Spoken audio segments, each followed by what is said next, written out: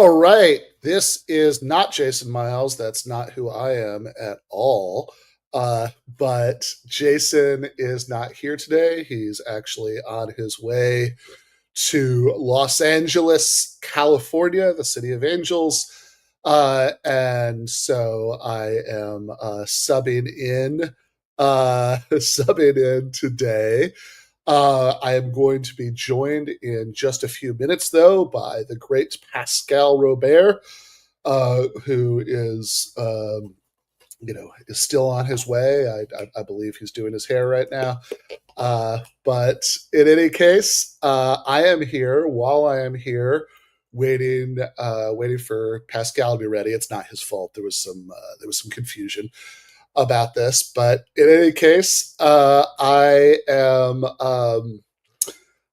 So I want to take the opportunity to plug what is coming on Thursday, which is that Jason Miles, who you are not seeing today, if you are in the San Francisco Bay Area, you can see in person this Thursday, April 17th from 6 p.m. onwards. So it should be 6 p.m. to 8 p.m. at the El Rio on Mission Street in San Francisco.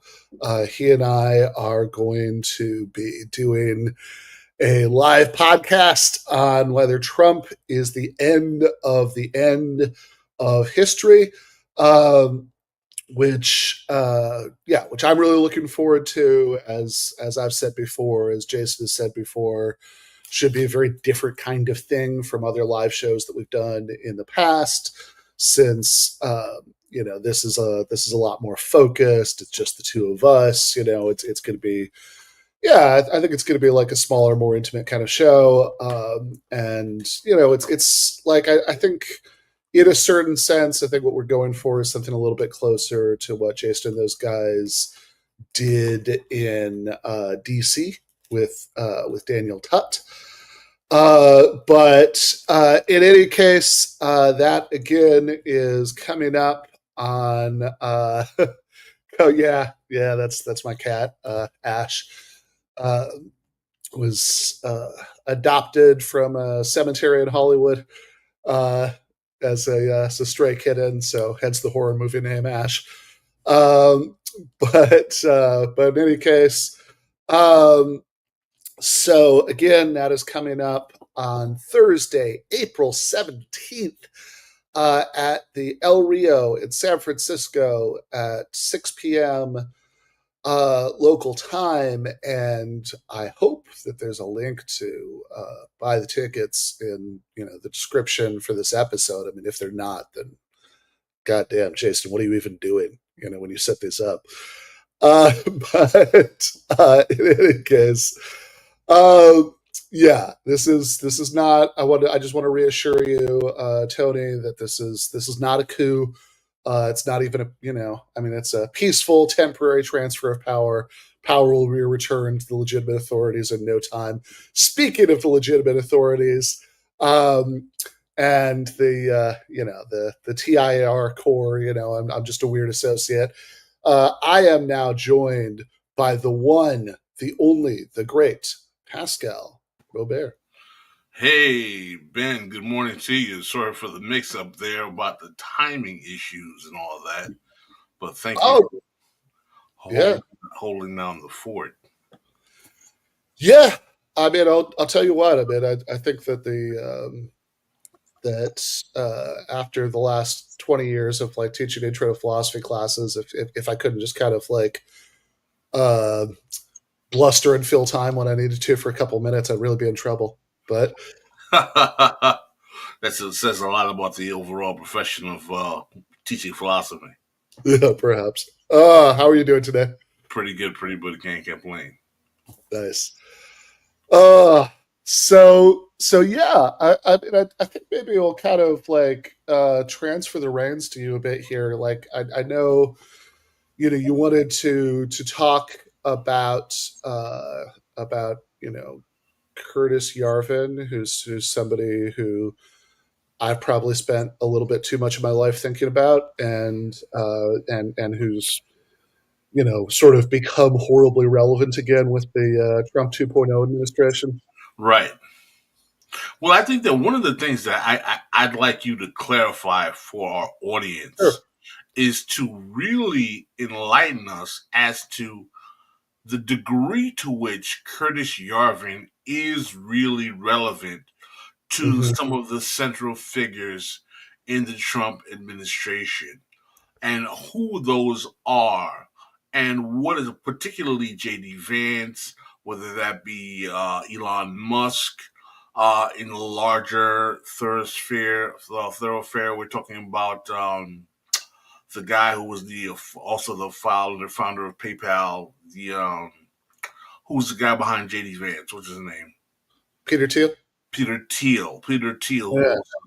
who also has a large role. How much do you think that he holds sway? And we'll get to his particular philosophy in a little bit, but how much do you think he actually holds sway over those guys in terms of their worldview?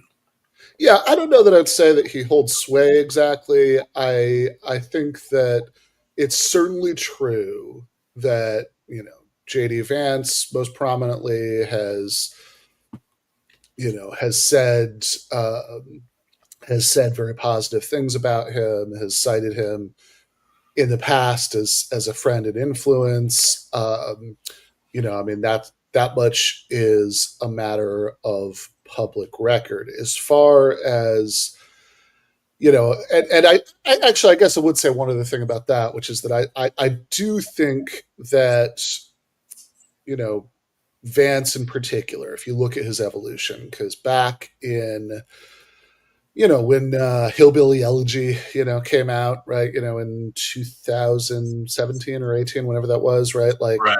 he was as recently as that. um he was somebody who lots of liberals liked, because he told them things that they wanted to hear about the Trumpist base, and and he was certainly a very adamantly anti-Trump guy. In fact, there's a college friend of his who got so pissed off at Vance, he like shared a bunch of their old emails with the New York Times, and in there, there's an email where Vance goes so far as to say that he thought that Trump might be America's Hitler. So he did this. He really like did this very rapid 180 in the greater scheme of things, like over the in between then and 2024, of course, when he became Trump's running mate. And it's always hard to tell with these people how much of this is just sort of cynical, positioning that you think you can catch a wave and ride it, and how much of it is ideologically earnest. But I guess in Vance's case, I kind of do think that there was a real ideological transition that happened there, and and I mean, I guess my reason for thinking that is that to a much greater degree than most politicians in that orbit, he really seems to have imbibed a lot of just this like strange internet reactionary stuff. And if you look at some of the podcasts that he was on in those years and so on, it's again, I do.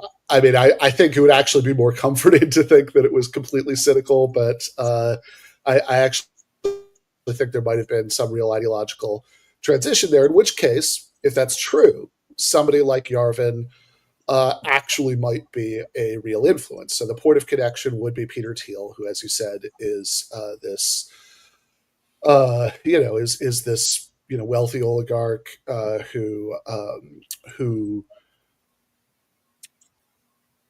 JD Vance actually like worked for during his phase of living in San Francisco, actually, and working as a venture capitalist, and I think who kind of brought him into touch with this kind of world. I think outside of Vance, again, it's hard to say, but here's the basic reason to think that sure. So Teal is this like mega donor who likes Yarvin and has sponsored Yarvin, and is also basically solely responsible for funding the early phases of Vance's career. And so I think it's plausible that you could have some degree of influence elsewhere. I mean, in general, with the question of how much any politicians are listening to any intellectuals is always a little bit iffy. But I think that the reason to me, more than anything else, to think that Yarvin is a meaningful influence on the new Trump administration is just that Doge, right? What they've done with that, like, does really resemble a lot of what Yarvin has always pushed, right? That they have that he's one of the say the phrases that he's known for is rage, which stands for retire all government employees, and it's in general somebody like Yarvin, he thinks, he's one of these people who thinks that it's like really, really important if you're going to sort of seize hold of the state and use it for more conservative ends, to sort of clean out, the deep state, and that's I mean that is what much more aggressively this time than last time they've been trying to do. Not only that, he's publicly stated that Americans need to get over their problem with dictatorship. Yeah, yeah, no, he has. I mean, that's why it would be so disturbing if he was a real influence, because I mean he's a self-described monarchist. I mean, we can get into what he means by that because I think he's a little bit coy and and like kind of talks out of both sides of his mouth about what he means by it. But I mean, like he is very openly critical of democracy per se. No, absolutely. One of the things that I'd like to jump back and you were talking about in terms of Yeah, when JD Vance if was participating in some of these podcasts and where it was more influenced by some of this more online culture. Do you ascribe that to his age more so than anything else? yeah. I mean, I'm sure that's a factor. I mean, that he's more likely to have been exposed to this stuff than older politicians. Older politicians would be. I mean, I'm sure that that's true. I mean, like, and in general, I think uh, a lot of the sort of energy among young right wingers does trend in these kinds of strange directions that we're talking about. I mean, it's I don't know if you remember when Ron DeSantis was running for president.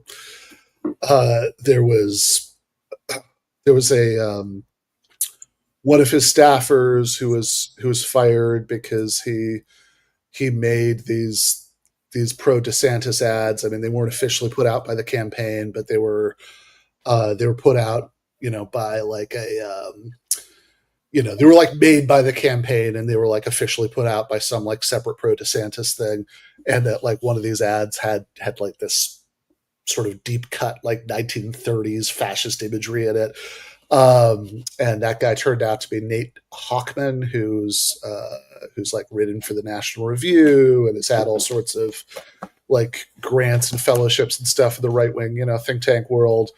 And and I like the only reason I bring that up as part of the answer to your question is I think that's probably revealing that like somebody like that, right? You'd think that the like 1990s version of that guy would have just been a very boring, button down, like somebody who'd like whose like big influence would be, I don't know, like Milton Friedman or somebody, right? And I think now for whatever reason, a lot of the sort of like young enthusiastic rightists are trending in creepier and more authoritarian directions. What do you ascribe that to? I mean, I think that in some sense, probably at least part of the answer is that the way that okay, I think the long term effect of like post Cold War ideological disorientation on the right, that like for decades they had this sort of big unifying enemy that everything was all about, and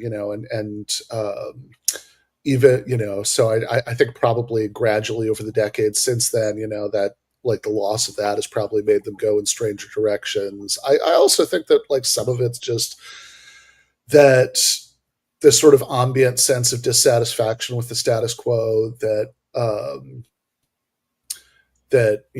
like might have turned like young progressives towards like supporting social democrats who are like maybe way to the left of what they what their equivalents would have supported decades before. I think that the sort of widespread sense that that there's something broken, that what we've got right now isn't working, that right wingers will try to come up with a right wing theory of that, and that's going to gravitate in much more disturbing directions. So what you're basically saying is that an overall malaise towards the general systemic functioning of the machine created a kind of a kind of Bernie Sanders to the right, if you will, of a certain kind of. I hate to use the term right wing populism because I think Sure. it's an oxymoron, but Right. a certain kind of right wing reaction that pushed these kids to authoritarianism. Do you think part of it has to do with this often discussed crisis of masculinity discourse? Yeah, for sure. I mean, look, I think that I think that has to be in the mix. I mean, it's I think that they're like I think that right wing authoritarianism is always going to be bound up with reactionary views about gender, and I also think that reactionary views about gender are going to have like a sort of particularly fertile ground for a lot of reasons. Right now, I mean, given that like given that, I mean, for one thing, some of the stuff that you and I have discussed on this show in the past, that a lot of young men don't feel like they're going to be in a position anytime soon to do things, to get married, have children, have the all of that stuff, have certainly have the economic success that they would associate with being in a good position to do those things, especially people that, Replicate patriarchy in the way that it's traditionally been yeah, dictated. yeah, right. And which it's like, look, I mean, there's a obviously there's like a reactionary sexist component to that, right? But it's also tapping into to like extremely legitimate frustrations, right, with the the way that it is bad, right? If people don't feel like they can afford to you know like they can they can afford to do the things that their parents did, and and they'll be in a good position to, and all that. And I think that um but I also think that on the right, you often get a bad theory of that, right? Like you sort of notice that fewer people are doing these things, and that's not wrong. But then you attribute it to to feminism, to to cultural change, all of that stuff. Much more than you attribute it to like concrete economic causes. And also, look, there is something to be said here about the fact that I do think that I mean, I do think that there is a kind of progressive cultural politics that you get sometimes that legitimately does communicate to young men the idea that we don't particularly like them, right? I mean, I mean, I do think that's a real thing. You mean like pushing around phrases like Yeah, toxic exactly. masculinity? Yeah, all that stuff. Yeah, I mean, if the only time you ever say the word masculinity has the word toxic next to it, I mean, that does communicate, that does communicate a message that a lot of young men are probably going to hear that way. Wow. So you do believe that there's some legitimate concern on in spaces of men that the established normative discourse coming out of progressive thoroughfares regarding gender theory or gender ideology and gender in general might kind of not be too cool with men. Yeah, right. I mean, look. I think we need to be able to walk and chew bubblegum here, right? Like obviously gender equality is important. I mean that's a sort of non-negotiable commitment, for any kind of principled leftist. The obviously the rights of sexual minorities are incredibly important, right? I mean, like all of that's true, right? But I also do think, like, look, you can say all that and still worry. It's like, okay, but like culturally, is the kind of discourse that we're communicating about men, what is that communicating about how we feel about this half of the population, especially because the numbers do kind of speak for themselves. I mean, as far as the I mean, these things are always a matter of degree, right? I mean, like it's complex populations, right? It's always it's always it's never all or nothing, right? But like but I think if you do look at a lot of polls, I mean, there has been a real shift of a larger portion of young men towards the right, and there is a bigger gender gap, than there used to be, and that should be troubling, right? Because you can't, there's no way to achieve any kind of worthwhile political program, right? I mean, you need to have a solid majority of the population, and half of that population is male. No, absolutely, I agree with you. But I mean, I see some of the reaction that comes out of this right wing discourse about women, and it's just like the misogyny Oh my God, totally, yes. is off the chain, man. It's really ridiculous. And I I mean, mean, my God, I mean, this is like an era where we have people a lot of people, like not just people who are on Twitter all the time, right? Who idolize, Andrew Tate, who is like who's like so vile he makes me like miss Jordan Peterson, right? It's like, oh, that wasn't so bad, right? That like I mean, Peterson's just a guy with a bunch of dumb opinions. I mean, Tate is actually a sex trafficker. right? No, absolutely, yeah. Him, Nick Fuentes. I mean, those guys are they have hardcore misogynistic views. It definitely breeds a rather toxic cocktail. But back to the Dark Enlightenment and Charles Yarvin. Well, maybe we can actually tie this Yeah, in. How does yeah. this play out? Like, what are Yarvin's opinions on gender and family? Is he a traditionalist? Is he I mean, does he believe that the government should be outside of the role of the family, or that Hmm. government should be? Is this something that you have not investigated? I mean, Yeah, does he this is not really so, this is not really something I've investigated. So Curtis Yarvin, I will say, um, I don't think that he is at least hyper traditionalist about that stuff. And this maybe circles us back to like the first thing you asked me about, chains of influence.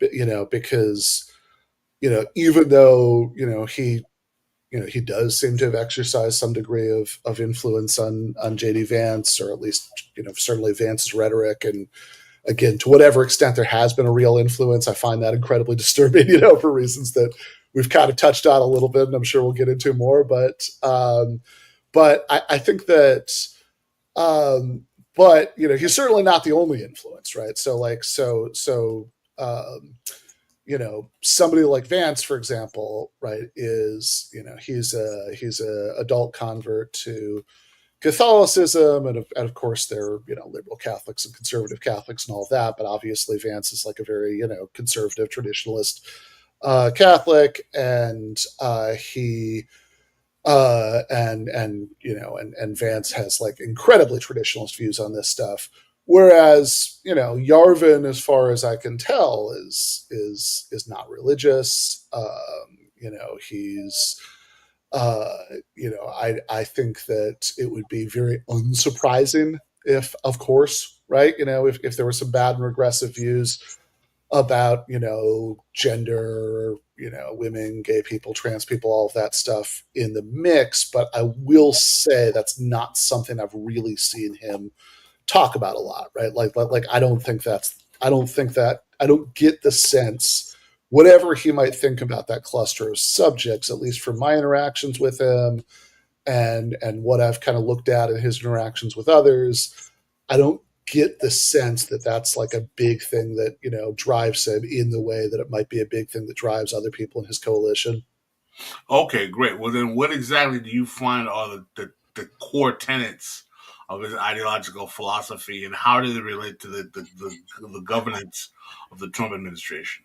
Sure. So Yarvin, um, Yarvin is somebody who I think maybe the first thing, and uh, as sort of frivolous in a certain way as this might seem, I think maybe even the most important thing about him is that he really idolizes and romanticizes tech CEOs, people who he sees as these like modern, captains of industry who've like through their business genius supposedly, have started up these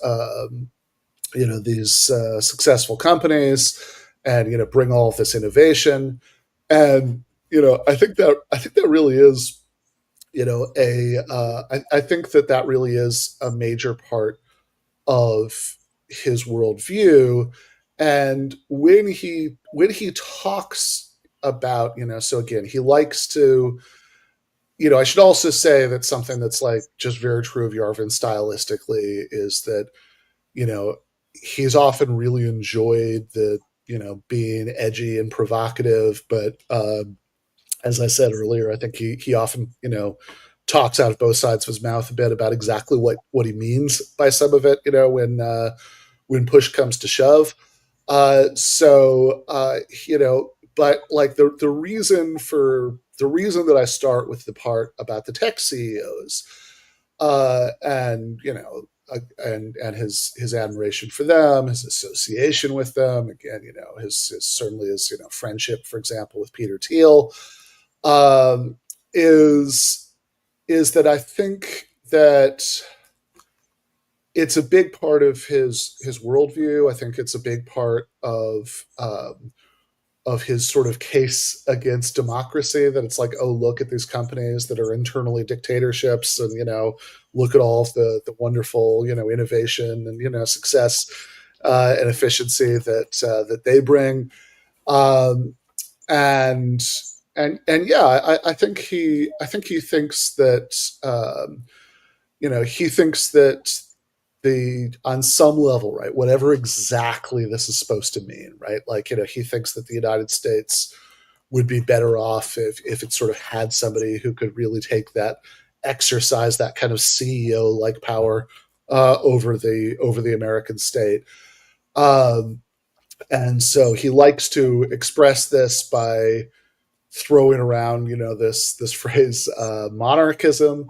And when he oftentimes, what I've noticed, right? So before my debate with him a few years ago, I watched a couple of his previous, his previous, appearances on shows and whatnot.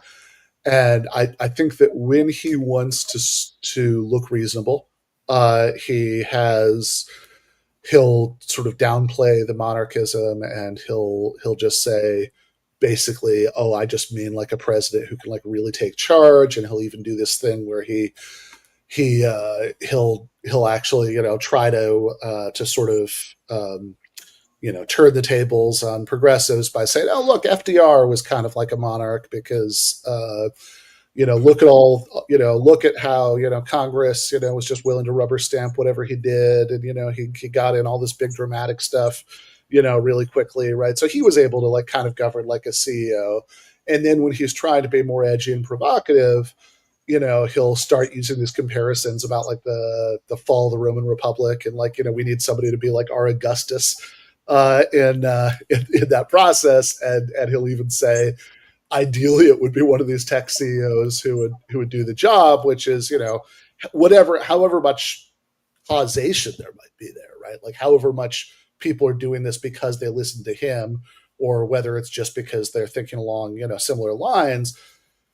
It is really striking how much of the beginning of the second Trump administration resembled that picture. That you had tech CEO Elon Musk, who I mean, everything is always so chaotic and it changes so quickly. It's hard to say how much this is still true. But in the first couple of months of the Trump presidency, I mean, he almost seemed to be the co-president. That he was. I mean, like he did a press conference in the Oval Office where like Trump was just sort of sitting down at the desk while Musk was standing there talking to reporters.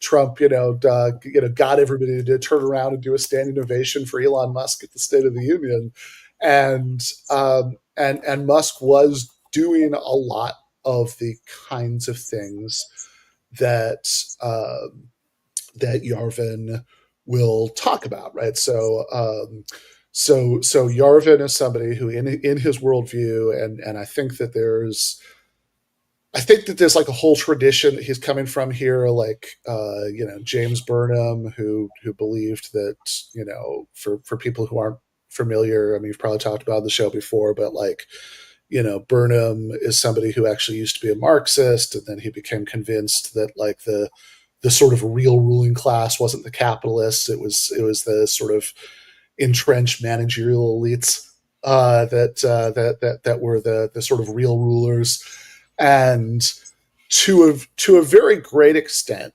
that's what Yarvin thinks. That so he'll talk about what he calls the cathedral, which is more or less his term for like academia and the media, but he thinks that these are the sort of these are the people who are like really like setting the ideological agenda for everybody, and that the sort of actual rulers, which he associates with with like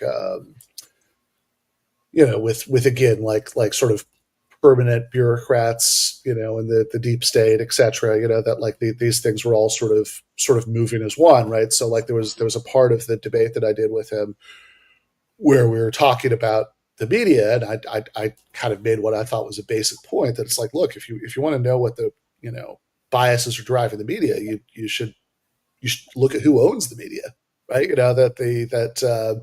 If you want to know, who if you want to know what the what the sort of relevant biases that are driving the Washington Post, for example, it's awfully relevant that the Washington Post is owned by Jeff Bezos, right? And Yarvin just kind of completely rejected that, right? He said, no, it's it's like the newsroom, which is part of again this sort of like establishment of like academia and media elites, and sort of deep like permanent government elites, that are driving everything. And and I guess the last thing I would say about this is just it's really important, I think, for understanding certainly Yarvin's own worldview, and also when somebody like JD Vance says Yarvin like things, like what drives that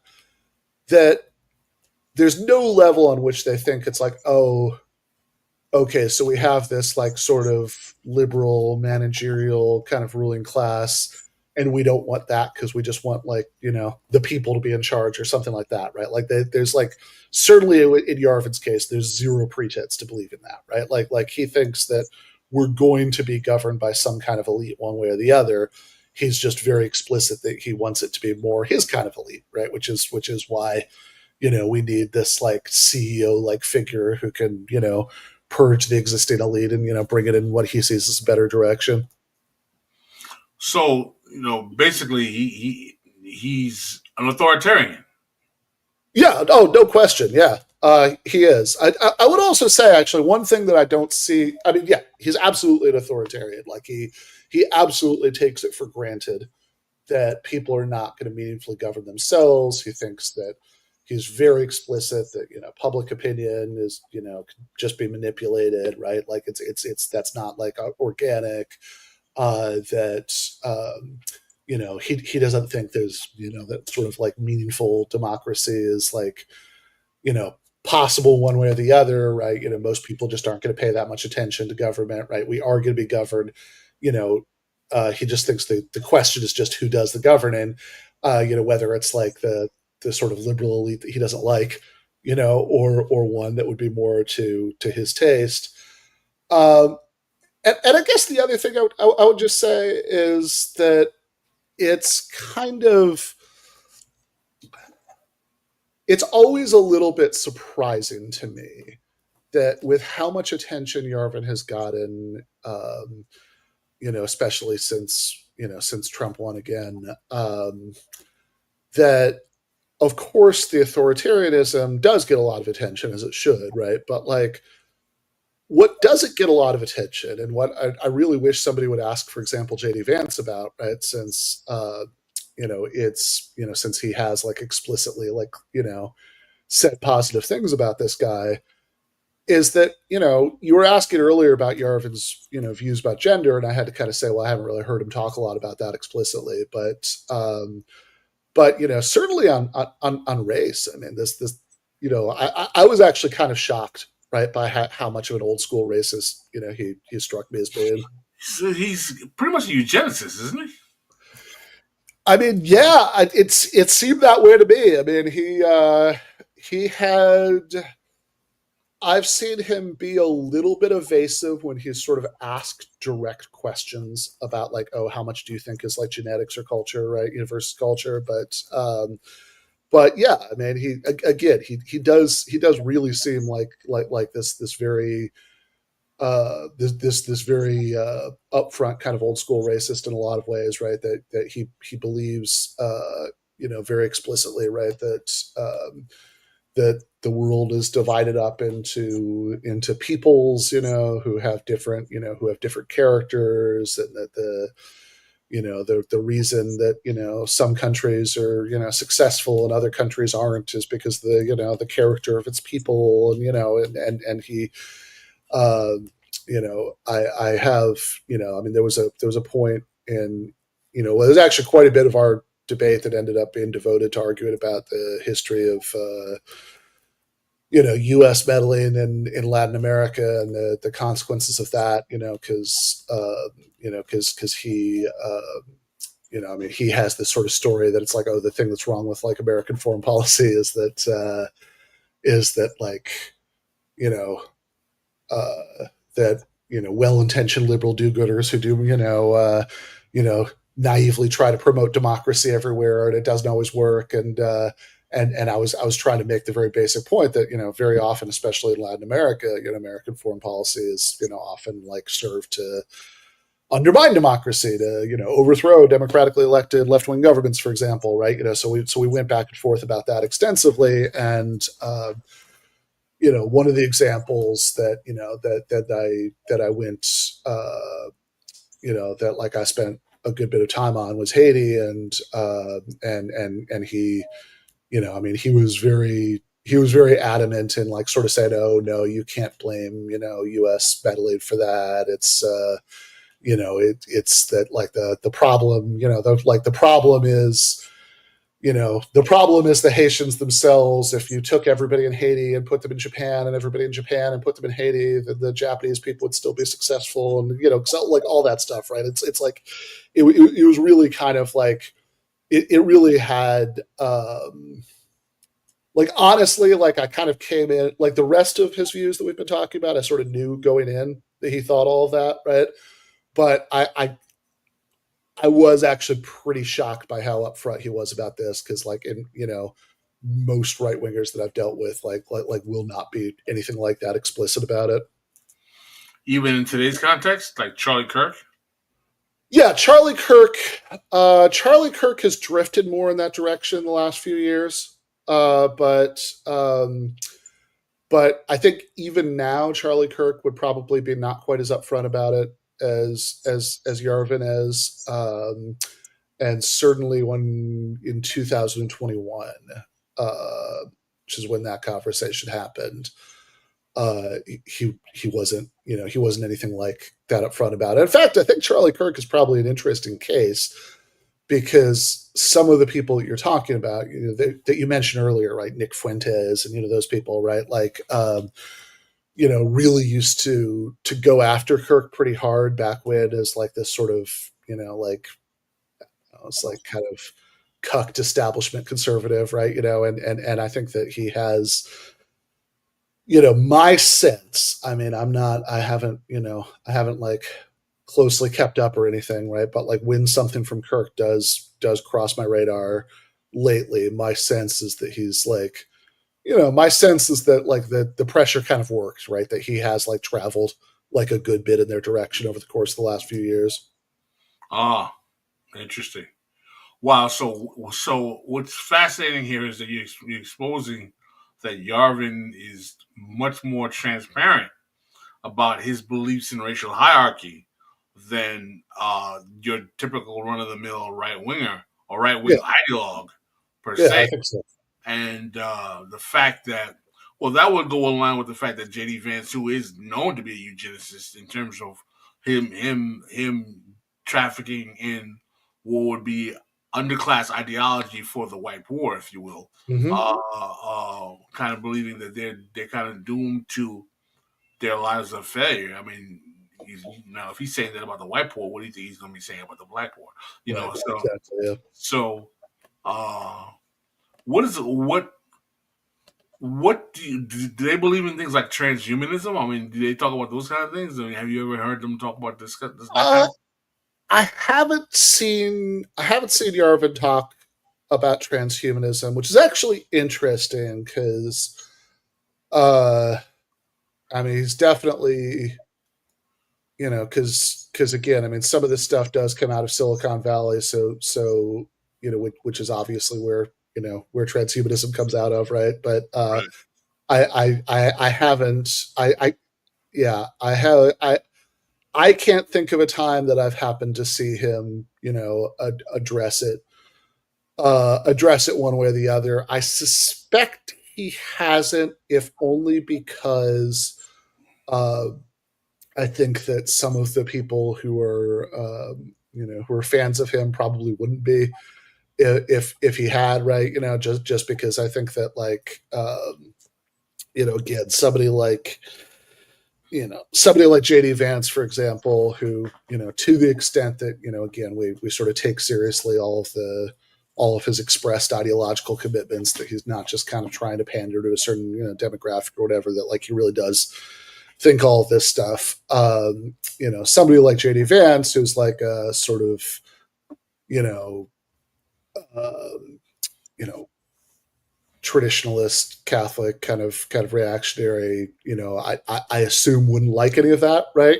But Right. and so I would assume that if Yarvin trafficked in any of that, that would probably be a big turn off for that crowd. But again, I'll admit I haven't seen him talk about it one way or the other.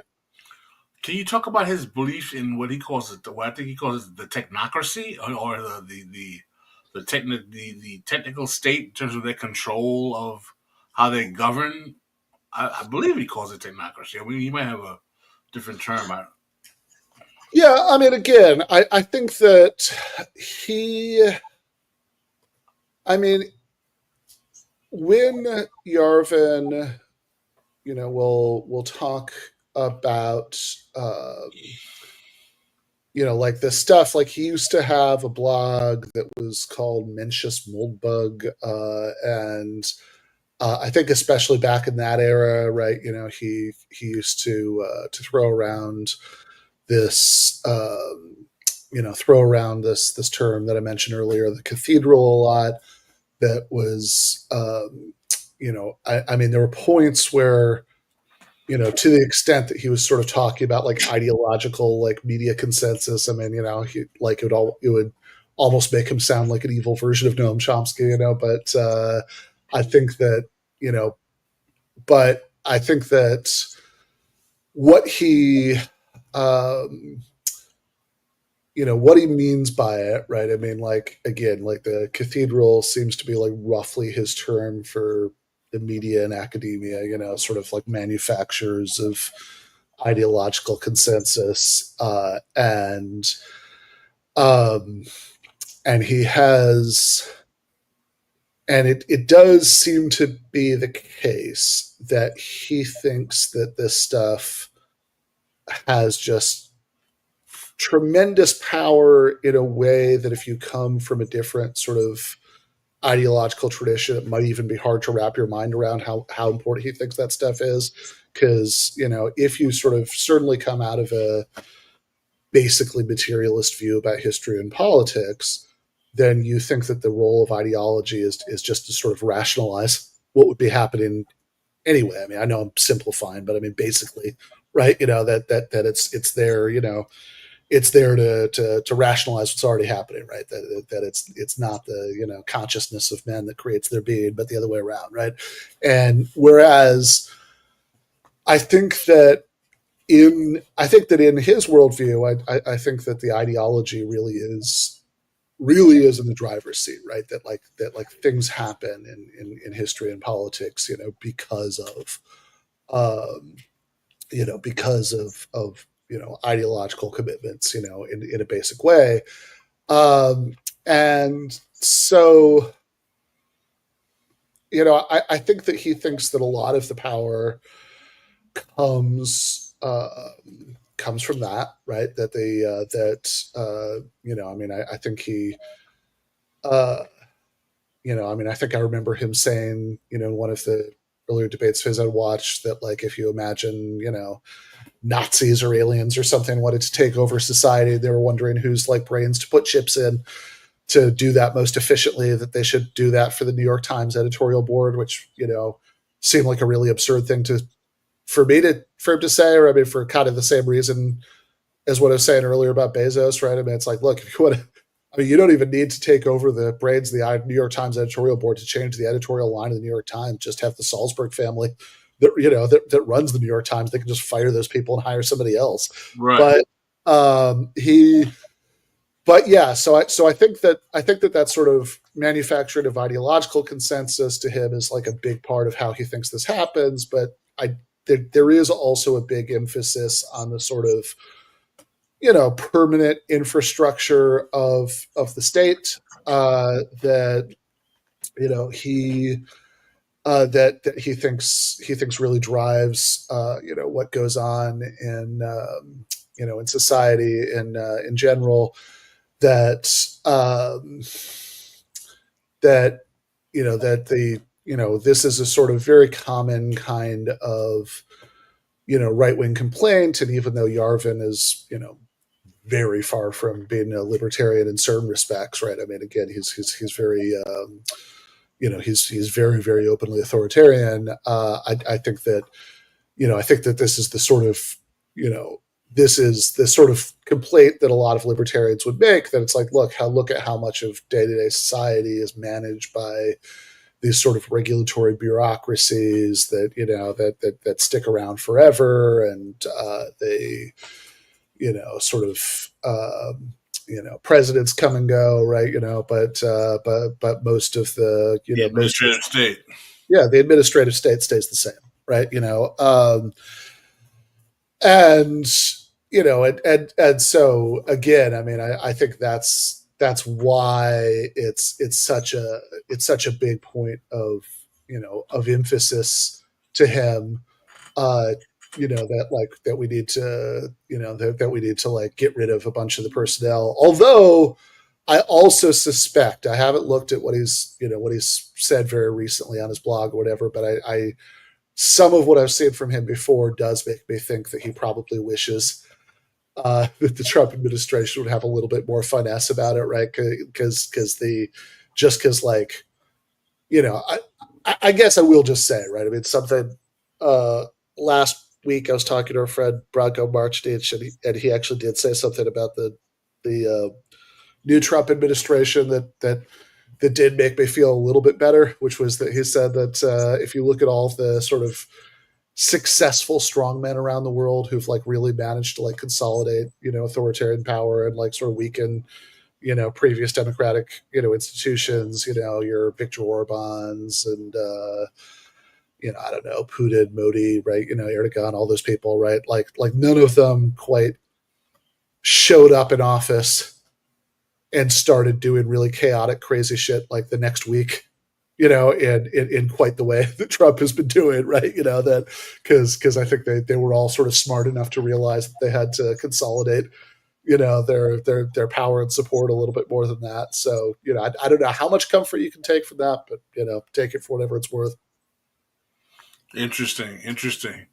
Well, we're coming up on an hour, but one of the things that I wanted to talk to you about also was that Yeah.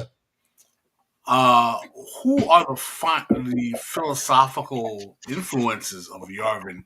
Is he a Nietzsche guy? I mean, who do you think? Uh-huh. Yeah, it's a good question. I'm trying to think if I've seen Yarvin explicitly talk about Nietzsche.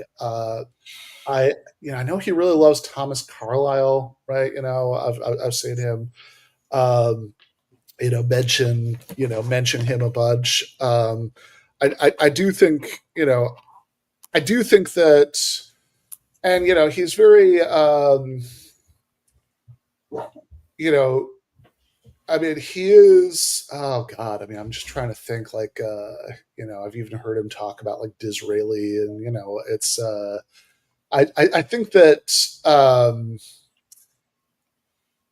you know he is somebody who generally assumes that anything that like people generally thought in stuff that he's read from more than a couple hundred years ago is sort of like the kind of or more certainly more than like the longer ago than the late 19th century is like sort of more likely to be correct than things that people agree on more recently, right? In that conversation about like national characters and all that, he sort of invoked like, oh, 200 years ago everybody just took this for granted, as if that were some like great argument in favor of thinking that. I think that I guess the reason, like the thing that does seem, whether or not Nietzsche is a big conscious influence, the thing that does seem very Nietzschean about the Yarvin worldview, right, uh, is this the belief that like sort of that society in a certain way should be ordered around people achieving great deeds, that Uh, like again, I mean, I just have to go back to this like really strange like childlike romanticization that he has of like genius tech CEOs, right? That which is which is also worth saying. I mean, it's like it really is. I mean, I don't know, whatever. Maybe everybody watching this already knows this, but it's like it really does seem like painfully naive to me that like he really thinks that like all of this technological progress is sort of because of these lone visionaries when and like I remember seeing like he did this interview a few months ago in the New York Times where he was sort of talking about why you needed these like visionary CEOs to get that stuff accomplished, and like the way he's talking about it, he's like, oh yeah, imagine if that had to be sort of done by government bureaucracy. There was like the California Department of Computing, right?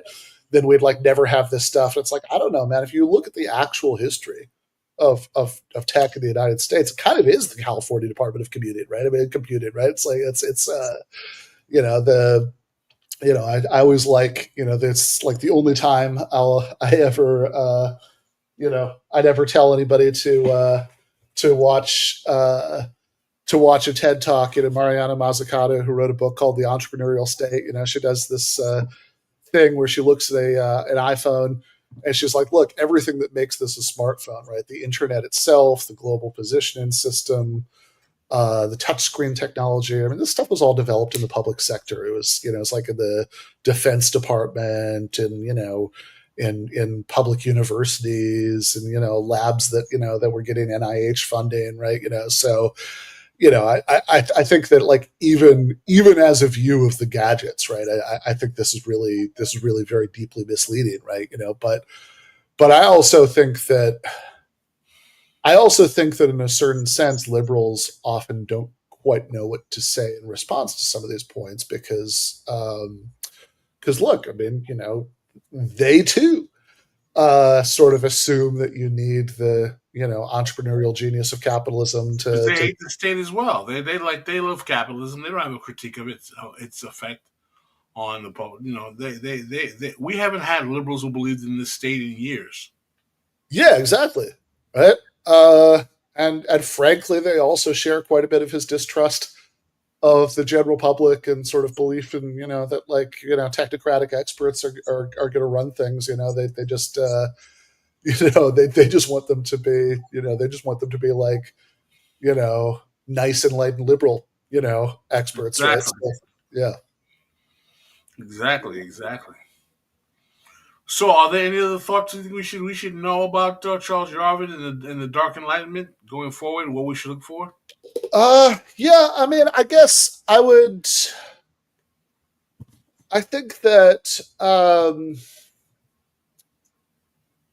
trying to think what we haven't covered. I mean, I guess maybe the last thing I would say is I would just kind of circle and underline what I just said, that you know that to the extent that this is something that you worry about, and I think you should be worried about it. I mean, I don't want to exaggerate that. Like, I don't think that the sort of like house intellectuals of any movement are sort of the primary thing that drives that movement, right? But I also think that this guy is very bad news, and it's worrying that the vice president of the United States, right, has such positive things to say about it, right, to say the least.